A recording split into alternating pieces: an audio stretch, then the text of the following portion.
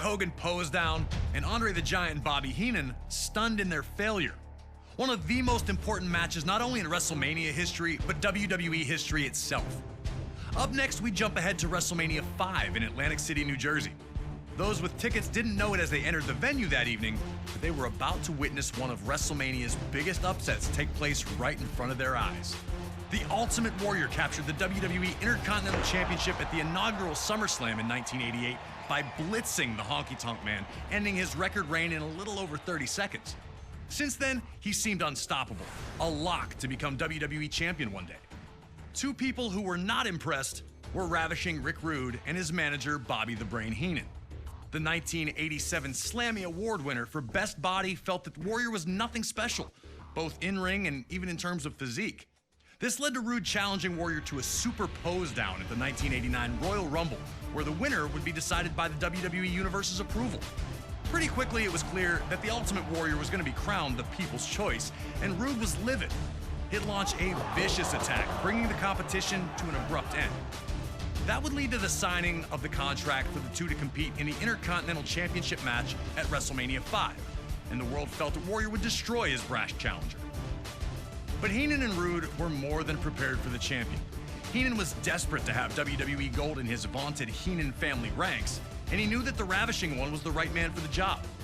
They told anyone who'd listened that Rude was going to beat the Ultimate Warrior at WrestleMania, and now the time had come. Had they backed Warrior into a corner, or were they about to realize they'd bitten off far more than they could chew? That's a question only you can answer.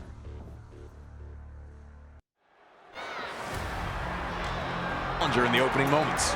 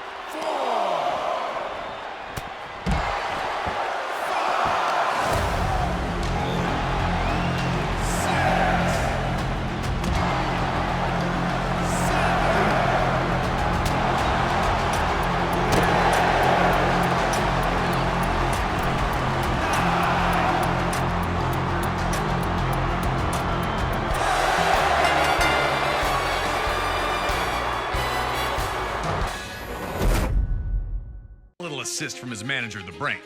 Hey, if the ref doesn't see it, he can't call it. Those are the breaks. With the crowd buzzing from the monumental upset, it was time for WrestleMania 5 to deliver its main event. The Macho Man Randy Savage defending the WWE Championship against his former best friend and Mega Powers partner, Hulk Hogan. Yeah, the Macho Man Randy Savage. Dig it. He was one of a kind. He was intense. He was a great athlete. Everything about him was 100% perfect for sports entertainment and professional wrestling. While the split of the Mega Powers was made official on a February 1989 edition of the main event, the cracks had been obvious to many long before that fateful night. Hogan and Savage's friendship had been beneficial to both, which was never more evident than the year prior at WrestleMania 4. On this evening, the vacant WWE Championship was to be decided in a 16-man, one-night tournament. In an absolutely brilliant display of athleticism and heart, the Macho Man would compete in 4 different matches to claim the championship. But it was in the final against the Million Dollar Man Ted DiBiase that Savage would run into seemingly more trouble than he could handle. In DiBiase's corner was Andre the Giant. Throughout the match, Andre interjected, bringing Savage's offense to a halt, or distracting him for attacks by DiBiase. Eventually, Miss Elizabeth would run into the back, bringing Hogan out to restore some order. And Hogan's presence led to Savage's win with a perfectly timed chair shot that the ref didn't catch. Like I said before, those are the breaks. The Mega Powers would be locked in a heated rivalry with Andre and DiBiase, now known as the Mega Bucks, that culminated with their victory at the very first SummerSlam. Around this time, though, it appeared Randy Savage was jealous of the closeness between Hogan and Elizabeth. Some on commentary would mention it, but many were quick to dismiss that there was any tension between the two. Things got worse at the 1989 Royal Rumble when Hogan eliminated Savage, some claim accidentally, which infuriated the Macho Man. Everything came to a head at the main event 2 on February 3rd, 1989. The Mega Powers would compete in tag team action, looking to show the bond was still strong. After Miss Elizabeth was caught up in the action, Hogan would take her to the back for medical attention, leaving the Macho Man alone. Upon his match, altercation in the locker room would make it official. The Mega Powers were dead, and a clash was inevitable. Soon after, Hogan would lay down the challenge for WrestleMania 5. In a final twist, Miss Elizabeth would side with neither man, insisting that she'd be ringside in a neutral corner instead, offering to help either if they needed it. We were able to sit down with Hulk Hogan to talk about the night the Mega Powers exploded. The lines were so blurry between reality and what we were trying to accomplish. He was madly in love with his wife, Elizabeth. For real. He was madly jealous for real. Leading up to it, you know, when she was managing him or managing me or couldn't depend on who she was going to manage, it made him crazy. I just didn't know what type of abuse I was in for, so it was a little nuts. He was there to go, and he pushed the gas pedal down really hard on me in that match. Once you became a Macho Man fan, that was the only thing you could think about. His look, just the way he carried himself. I had nothing but respect for him. It's always so great to hear from the legends themselves when it comes to these unforgettable WrestleMania moments and matches.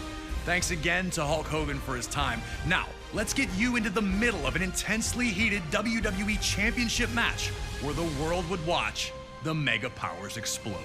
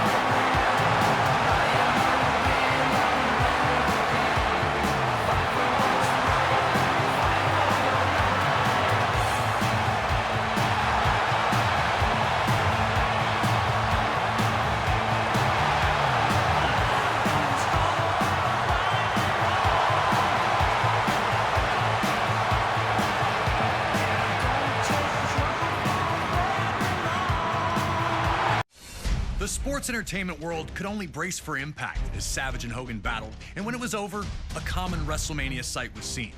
Hulk Hogan celebrating in the ring with the WWE Championship back in his... Around the world, there was a real sense of looking for the next big thing. The newest, the coolest, the fastest, the strongest, anything to show where the future was. This was also the case in WWE. Amongst the members of the WWE Universe, many saw the Ultimate Warrior as the heir apparent to the star, appeared capable of matching Hogan's strength, and had dominated all other opponents. Even that loss we relived at WrestleMania 5 against Rick Rude, yeah, he avenged that just a few months later at SummerSlam, regaining the Intercontinental Championship in the process. But this talk all seemed like fantasy, only existing as a dream match. Hogan and Warrior weren't enemies, and for either of them to turn against the other would run against the strict codes of honor to which both men claimed to adhere. All of that changed in the 1990 Royal Rumble match. It was brief. That small taste, though, was all the world of sports entertainment needed to know that they wanted more. Even more interesting, it would be Hulk Hogan who would challenge the Ultimate Warrior to a contest at WrestleMania 6. Ultimate Warrior, me and my Hulkamaniacs put the championship on the line. Hogan openly stated that he needed to know which power was truly the strongest in WWE, his or that of the Warrior. Adding to the stakes was the stipulation that both the WWE and Intercontinental Championships would be up for grabs, leaving the winner with supreme claim to lead WWE into the next decade. All right, now it's your turn to try and shock all the little Hulkamaniacs out there and try to beat Hogan at WrestleMania 6. Can you harness the power of the Ultimate Warrior? There's only one way to find out.